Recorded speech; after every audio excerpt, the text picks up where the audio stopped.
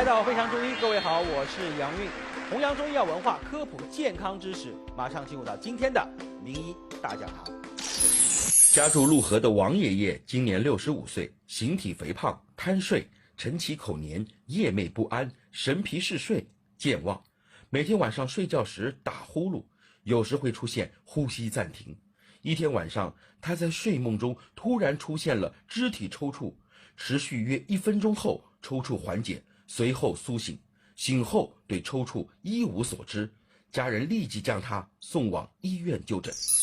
仲景中药匠心传承经典，本栏目由药材好的仲景牌6味地黄丸冠名播出。提醒各位观众，如果你想了解更多关于健康的知识，可以扫描屏幕下方的2维码加入我们非常中医的官方粉丝团，也可以下载抖音、快手、今日头条，搜索并关注我们的官方账号非常中医，会有权威专家为您在线答疑。好，刚刚我们看到这个案例会让人觉得不寒而栗啊，很吓人。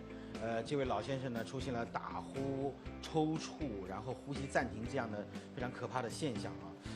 其实打呼很多人都有啊，特别是像我现在打呼，有时候我爱人也会说，我真的怕你打呼就打抽过去，真的会这样。那到底这位老先生为什么会出现这样的症状呢？我们要关爱我们的父亲的健康，因为今天恰巧是父亲节嘛，所以我们选出了这样的一个案例。我们也请到了一位专家给我们来分析为什么会有这样的现象发生。让我们欢迎江苏省中医院老年医学科的副主任徐顺娟女士。徐顺娟，江苏省中医院老年医学科科副主任，曾任江苏省中医院急诊科科主任助理，中国科协中国针灸学会会员，江苏省医学会老年医学分会肿瘤学组委员，江苏省红十字救护队健康科普专家。主持人好，大家好，我是来自江苏省中医院的徐顺娟。刚我们看到这位老先生他的症状为什么会出现？其实我也挺担心的，虽然我没有，还没到年纪大的时候啊，但是我打呼也挺严重的。我老婆经常跟我说，哎呀，我每天夜里面看你打呼，就特别怕你打着抽过去了就。为什么呢？其实刚才这个病例我们看到，首先他是一个老年男性，第二个呢，他形体比较胖，就是这种腹型肥胖的病人，肚子比较大，我也比较胖啊，您还好啦，肚子比较大以后，他的膈肌就会上抬，他的整个的肺的容量就比较小，这是第一个。第二个，他的脖子比较短比较厚实啊，这样的病人他其实晚上是容易打呼的。为什么会打呼？打呼的原因是什么？他就睡着了以后啊，他的整个这个肌肉是松弛的，可能是悬雍垂的后坠，比如说一些，再加上他可能有基础有一些，比如说鼻甲的肥大呀，有一些鼻炎啊，他就开始打呼。那我就有鼻炎啊。那打呼以后呢，慢慢它会出现一个缺氧的状况。缺氧以后，大脑对缺氧的反应是很快的。当你出现缺氧的时候，他就给你抽一下。所以这个病例中的这个老人家，他出现抽的原因，主要是因为他打呼以后出现了呼吸的暂停，呼吸暂停以后导致的缺氧，然后出现了一个抽搐的表现。我可能用稍微形象一点的这个方式来跟大家讲，就是打呼啊，它其实也分很多种，对吧？我们最常见的就是这是比较均匀的，是吧？对。可是呢，有一种打呼特别厉害的，包括我们有个同事，有一次出差跟他住一个房间，我也打呼，但是我没有见过这样的呼，而且我觉得特别的危险，就他打，对，就吸住了，对，而且一吸就会吸住很长时间，对，起码有3、4秒，然后，对，又这样，对，然后我就特别担心，我一夜都不敢睡觉，为什么？我就怕他要打过去了，对，打过去以后，然后。就会出事儿，知道吧？您说的这种就是很典型的呼吸睡眠暂停，他已经就出现就是对，已经出现这个呼吸暂停了，对的，他吸住了，对的，他缺氧了，对，缺氧以后就大脑告诉你缺氧了，所以他抖了一下，把自己给惊醒了，就惊醒了，憋醒了，对，可以说是憋醒了。可以说像我这个同事这样的打呼方式，他其实已经蛮危险的，对他蛮严重的。在年纪偏长的话，很有可能就会出现刚刚我们看到就视频当中这个老先生的呼吸暂停的现象。对他可能已经出现有呼吸暂停，已经出现了。对他当时呼吸停的那3、4秒，其实就是呼吸暂停了。他这种情况最好要到医院去做一个呼吸睡眠的监测，看一下他一晚上呼吸睡眠暂停有几次，那你再来选择后面的治疗方案。这个是为什么呢？是因为他的这个喉咙里还是鼻腔里面是有块肉，这个瞬间给它吸住了吗？好，从原因来讲的话，其实最常见的，我们知道，你看打呼的人一般都形体比较胖，对，肥胖的病人他全身都胖，他局部的鼻甲呀、肌肉呀，他都会胖，对他睡觉的时候他就容易哽阻。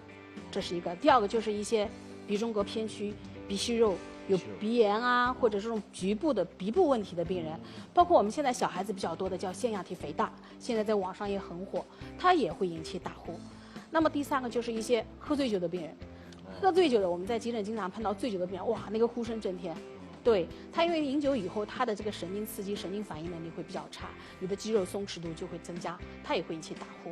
那么其他的一些，比如说有一些脑血管疾病的病人，他就是那个神经肌肉张力不行。它也会引起打呼，所以很多的原因都会引起打呼。但是如果说打呼引起到你的呼吸睡眠暂停了，那这就危险度就比较大了。那如果他到医院去看，医生会给他什么建议呢？动手术还是用什么仪器辅助？我看网上面好像有人就是用那种，辅助睡眠仪，就是挺可怕的，就戴一个氧气面罩一样睡觉。对，如果到医院的话，医生首先要给你排查一些可逆性的因素，比如说我们鼻部的问题，那你这是可以通过做手术来解决的，这是第一个。第二个，那么就是来给你做一个呼吸睡眠监测，这个监测的目的是来看你的这个严重程度，那么再来决定你后面的治疗方案。那您刚才讲的这种其实叫我们叫无创呼吸机的一个辅助通气，它给的是一个增压通气，它给增压通气的目的就是帮助你来呼吸，减少你缺氧的这个时间。那么当你的全身症状改善以后，你的这个打呼也有可能会得到改善。那目前来讲是一个标准化的治疗。那这个就是这个辅助的这个机器啊，它不是一辈子都得带着的是吧？有一部分人他有可能后期慢慢随着全身状况的好转，它会好转的，会摘掉的。对对，因为这个如果一辈子都带着的话，跟你同床的也蛮吓人的，你知道吧？突然睡得好好的，然后一翻身，哟，旁边睡了个急救病人。对吧？就这个其实也挺吓人的。其实还好啦，现在其实是作为家庭养留的一部分，其实用的还是比较多。你所见到的就是用的还挺多的。对，因为尤其是年轻人，他对于他的这个生活要求会比较高。为什么？是吗？他如果晚上睡不好，他第二天早上起来头昏脑胀，他白天就嗜睡，他工作完成不了。反而是年轻人用的比较多。对。那么关键是还有一个问题，如果说长期的这种呼吸睡眠暂停，会出现缺氧。长期的缺氧以后，你会带来一系列的问题。那我前面讲了，简单的他就工作不了，为什么？他注意力不集中，对，这是短期的表现。时间长了以后，我们说的严重一点，痴呆的风险也会增加。对，是的。那么除此以外呢，因为这个缺氧它是全身性的缺氧，不光是你脑缺氧，你的整个身体都会缺氧。我们最简单来讲，就机体会出现一个氧化应激，氧化应激以后会出现内皮功能的损伤，那你会带来什么？高血压呀。糖尿病啊、冠心病啊等等这些一系列的疾病就来了，然后就出现一个恶性循环。所以医生反而是建议大家去用这样的一个仪器的方式，可以去先把你的睡眠先调整一下，对吧？先不要有这种发生这个呼吸暂停的这种可能。对，是的，那这个它的治疗费用昂贵吗？我也想去搞一套，我有点想试一下了。应该还可以吧，然后一般价格应该是1-2万块钱。就是那套机器。便宜的，对，便宜的也有几千块钱也有。那倒还好。对，可以用很长时间，对不对？对，可以用很长时间。然后它有可能调整过来之后，就慢慢也可以把它拿掉了。对，那一定是你等你全身状况好转以后，这种至少说你的呼吸睡眠暂停的这种情况解除以后。那在什么情况下建议手术呢？手术能不能一次性根治呢？其实其实很多的病人他情况是很复杂的，除了一些有可手术的一些可逆性的因素以外，比如说你鼻部的问题，那你全身状况没有解决，那它只是解决了一部分的问题。那有一部分病人，如果他单纯是因为鼻部的问题引起的，那你做完手术以后，它是可以改善的。尤其是小朋友，因为小朋友他的病因比较单纯，有的就是腺样体肥大。你把他手术做完以后，他整个状况就改善了。对前段时间我有一个亲戚家的孩子，也到南京来，然后到了儿童医院去做了这样的腺样体肥大的一个手术。他当时那个肥大到什么程度？已经堵塞80%了。就是应该说是刻不容缓。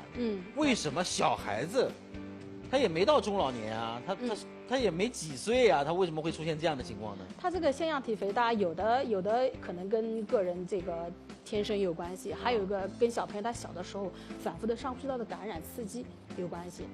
包括像腺样体肥大，包括还有一些比较常见，比如说扁桃体肥大，也会有的小朋友他就老是感冒，老是扁桃体发炎，有的人会肿得很厉害的时候，我们也会主张说把扁桃体去手术去做掉。对，也会。那现在像呼吸暂停这样的一个症状，它的发病率高吗？大概的年龄组成是什么样子？是不是中老年偏多，年轻人少一些？还是恰好是相反？其实应该来讲，相对来讲还是老年人会多一些，对，尤其是体型肥胖的人会多一些，因为老年人他的代谢会下降，他到年纪大了以后，他同样的食量、同样的运动量，他这个代谢不了，他形体就会容易偏胖，那么他的发病率就会高一些是这样的。那在中医上有没有什么方子，可以帮我们调理这样的症状呢？还是只能像你刚刚说的，做手术带呼吸机？其实中医是可以的。那么中医它是一个整体调理，他认为说你这样的病人，中医讲肥人多痰湿，他认为肥胖的病人他痰湿比较重。那你要按照这个辨证论治来讲，我们主要是给他化痰湿。化痰湿啊，对，化痰湿。那痰湿分为几种，一种呢叫做叫痰湿，就单纯的痰湿，它没有热象，这部分病人他就比较胖，然后他就比较懒惰。对，他做什么他就没有劲，然后呢有点怕冷，这部分病人我们可以用二陈汤。二陈汤，对，二陈汤其实成分很简单，就是姜半夏，然后陈皮、茯苓和甘草。所谓二陈其实就是陈皮和半夏。对，这是二陈汤。如果这个病人热象重，为什么会有热象？这个病人他是这样比较胖，然后呢他喝酒比较多，对，然后呢喜欢吃这个烧烤啊，爱油腻的东西，会产热会比较多。他除了我前面讲的以外，他不怕冷，然后呢他可能会有一些浓痰。然后讲话声音也很响，然后会喘着出气，口气也比较重。那这个时候我们可以在二陈汤的基础之上加一下清热的药，比如说我们可以用一些黄芩呀，包括我前面讲的薄荷呀，都是可以的。还有一种叫痰瘀互解。那我们中医讲到淤血了，淤血比较常见，比如说已经合并有心脑血管疾病的病人，那他的舌苔表现为紫，那他有的时候会说胸闷甚至会疼。这一部分病人痰瘀互解，我们可以在二陈汤的基础之上再加一个活血的药。那经典的方子就是二陈汤加一个血府逐瘀汤，这些中药汤剂是可以用来调理的。那么除此以外呢，当这个病人已经出现呼吸睡眠暂停或者打呼特别严重，我们可以给他做耳埋。耳埋，对，这个很常用。什么叫耳埋？其实就是王不留行子，我不知道您知不知道。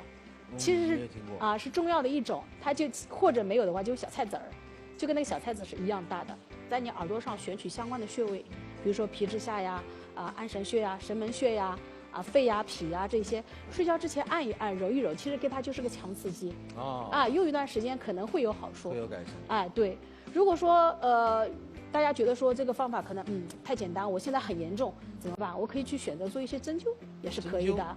对，比如说要做一些头皮针，那这个在家里面是做不了，你这个必须要找到专业的针灸科的医生给你做才行。那么头皮针我们讲说它对症嘛，你呼吸不好嘛，睡觉不好嘛，给你针头。那中医它是一个整体观念，我们除此以外，我们还要做什么？我们要健他的脾。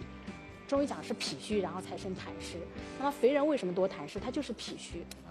对，所以我们会用一些健脾的药物，包括中药也好，或者是我们取一些穴位也好，可以用一些健脾疏通这个中焦气机的一些穴位，比如说天枢穴就是在神阙穴，大家知道吗？其实听过，武侠小说里听过，就是肚脐眼，对，就是肚脐眼，对，你的肚脐眼旁开2指就是天枢。天枢再旁开2指叫大横。没事的时候可以按一按，揉一揉。对。那么除此以外，还有比如说中脘穴，中脘在你的天枢和剑突下，剑突是你2个肋骨这边软肋，对，软肋的这个地方，对，然后和肚脐眼的当中连线的一半，对，这是叫中脘穴，这个是可以促进消化的，这是，对，然后还有叫分龙穴。分龙比较难取，分龙在我们的这个腓骨，大家摸一下，这边有个最突出的，这边有个腓骨小头，然后到一个外踝的当中取一半，大概在这个位置。然后没事可以揉一揉，这是化痰湿的。还有就是足三里穴。足三里知道。足三里大家都知道。对，非常有名的一个穴位。对，然后没事可以揉一揉，这些都是健脾化痰湿的。那其实除此以外，还有一个方法要告诉大家。就我们会讲减肥嘛，讲体育锻炼嘛。当然有一些老胖墩也好，小胖墩也好，然后到了这个健身房，教练说你不能胖，怎么办？其实有一个中医很好的疗法叫八段锦。八段锦。八段锦就是打的像五禽戏啊、太极拳一样的那个操哎。对。其实它一天你如果能打2套，它1套大概是12到15分钟，打2套的话，你一天有半个小时的运动量也是可以的。哦。而且它运动比较缓，然后它是一个全身的运动。那如果你能配合气机的话，它其实是可以调理3焦的，这也是一个很好的方法，尤其是适合我们胖子来锻炼。是。今天听徐主任说了这么多，然后我觉得打呼吸暂停这个事儿，我个人要引起重视。因为我一直有一个问题没敢问，就是在你所知道的这个学术数据当中，因为打呼吸暂停，每年去世的人多吗？如果说直接引起的倒不是特别多，因为一般如果已经引起暂停了，那家属肯定会引起重视，会送到医院来。可是真的有很多人是独自一个人睡的呀，他单身，或者有的独居老人，这种可能是很危险的事情。对，这种情况如果一个人住是会是比较危险一点，对。但是呢，如果说这个原因引起的，因为一般他缺氧以后，他这个神经是有反射的嘛，可以把你憋醒嘛。那如果这部分病人他憋不醒了，那他一定是有器质性的问题，对吧？那一般来讲打呼，大家就可能10个人当中，可能一半的人都会打呼，大家并不认为这是一个很严重的问题。对。当他出现其他的问题，比如说血压高了、中风了血糖高了、血脂高了，他往往是因为其他的原因来就诊，然后医生跟他讲说你要去做个睡眠监测，你要来评估一下你的睡眠状况，是这样的一个情况。好的。来，我们现场的观众有没有什么问题想要问徐主任的？这位大姐体型也是跟我们一样偏胖型的。对。你打呼吗？好像我有时候会打呼。有时候会打啊。对。打呼的话，那么我疲劳啦，还有就是睡眠的姿势啦，好像这个会引起打呼。那么调整一下，比如是我仰着睡，枕头过高了会打呼。那么翻一个身吧，侧倒睡好像就没有了就这个会那个了。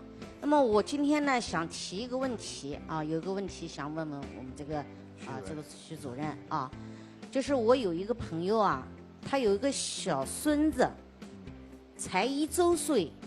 那么呢，我听他这个奶奶讲说是也有这个打呼的这个现象，这太小了，也就1周岁，这个打呼是不是是由刚才您介绍的这个原因引起的？那么呢，是属于正常和不正常的？1周岁，刚生下来很小，他就开始打呼，还很严重。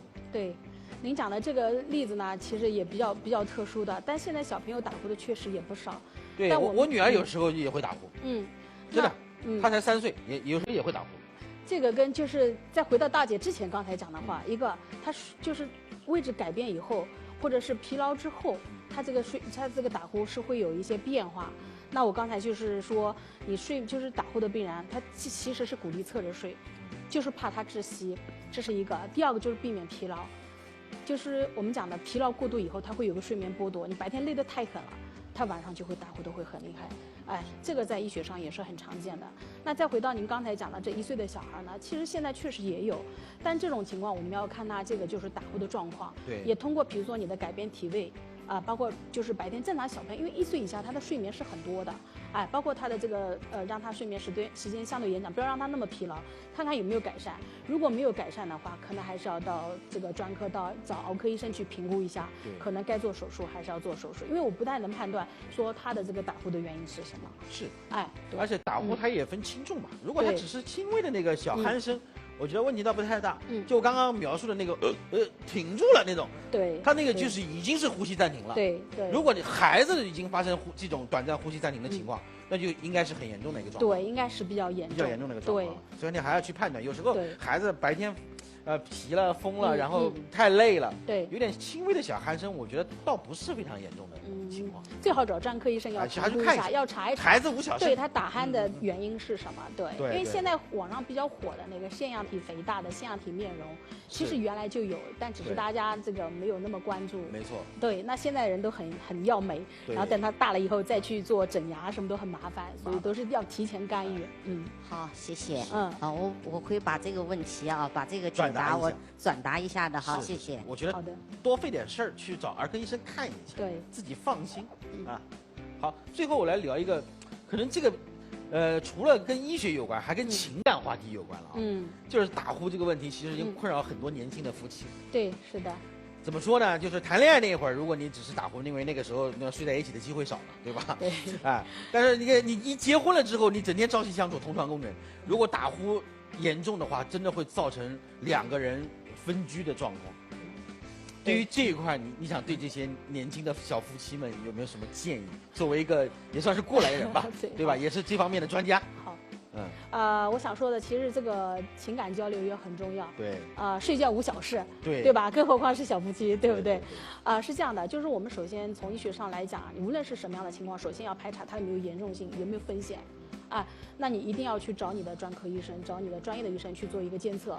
如果确实是有疾病引起的，那你要去积极的去干预它。对。如果说是一些轻微的，我觉得还是可以通过交流各方面来解决的。包括比如说我们前面讲的几个方面，生活当中要注意的，一个你的睡眠的姿势，这是要注意的。第2个不要过度的疲劳第3个减肥很重要，因为打呼的病人80%都是胖子。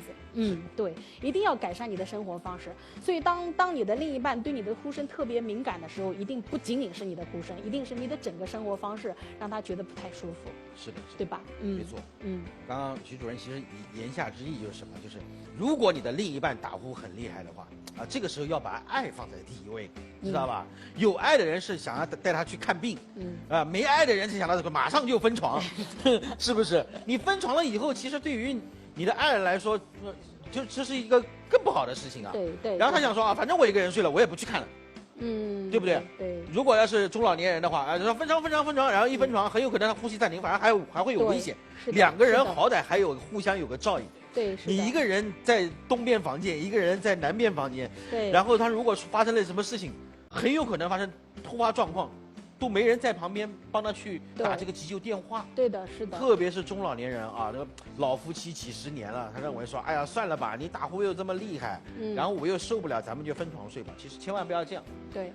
真正就是心中有爱的话，你应该带他去解决这个问题。对，是的。去看医生。对。去减肥，去调理。对。我觉得这才是夫妻之间相互扶持，白头到老的一个正确的选择。